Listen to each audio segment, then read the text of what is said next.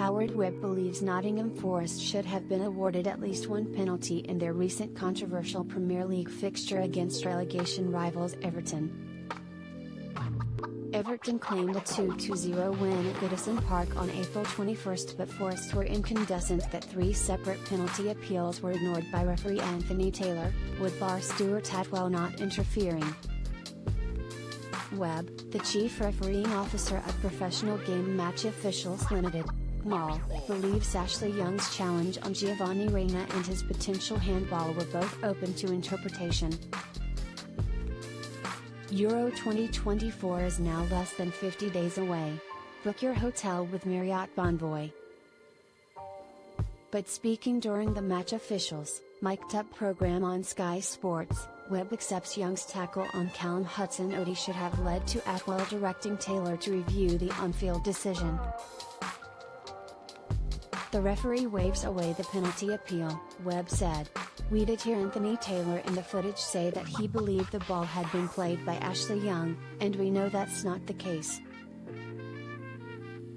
We know only Callum Hudson-Odoi touches the ball. The VAR looks at it and asks himself the question, was the non-award clearly and obviously wrong? And came to the conclusion it wasn't. You hear him describing two players tussling for the ball. He doesn't see a clear action by Young that he considers to be worthy of intervention, one that reaches the threshold of being very clear.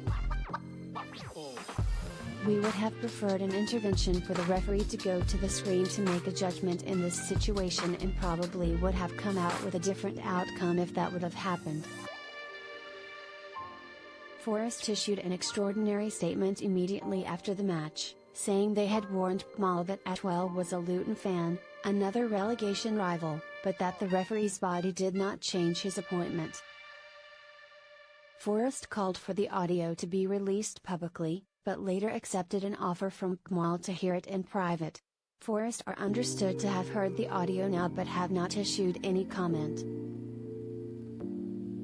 "The game is played by human beings, it's officiated by human beings," Webb added. "Our job is to try to ensure that we have a positive impact on the game by identifying correct decisions on the field. This wasn't one. When that doesn't happen, the VAR consistently recognizes when an error has happened on the field and steps in. But of course they're humans making judgments as well, so we always are trying to reduce the number of errors that we make." The Premier League is investigating Forest's statement related to Atwell to determine whether it breached competition rules. While the Football Association asked for observations from Forest manager Nuno Espirito Santo, fullback Neco Williams and referee analyst Mark Clattenburg over comments they made about the officiating of the match. On the first two penalty appeals being turned down, Webb said, "We felt they were really subjective calls. The first one involving some contact from Ashley Young on Gio Reyna. There was contact. The referee saw that but didn't feel it was impactful enough to penalize. We've set quite a high threshold for penalizing contact all over the field really, but also in the penalty area. It's what the game has asked us to do. Not every single contact is a foul, and this was one where there was quite minimal contact, consistent with other situations that we've waved away this season. The VAR quite rightly checked that one. The second one was a handball penalty situation.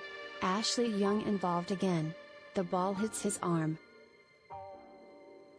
He's moving as he tries to close a shot down from short distance, and the referee deemed that the arm was in a natural position, and the VAR check completed that one as well, quite understandably, in this subjective zone of handball. We thought both of those situations were in line with our expectations." Webb also said that referees making in-stadium announcements after being sent to the pitch side monitor by the VAR, which was seen at last year's Women's World Cup, is something that is being looked at for the Premier League. He added, "One of the things you'll have seen maybe in FIFA tournaments, like the Women's World Cup, is announcements from the referee once they've been to the screen. So we're looking at that, We're keeping an open mind about whether that's something we could utilize in the Premier League.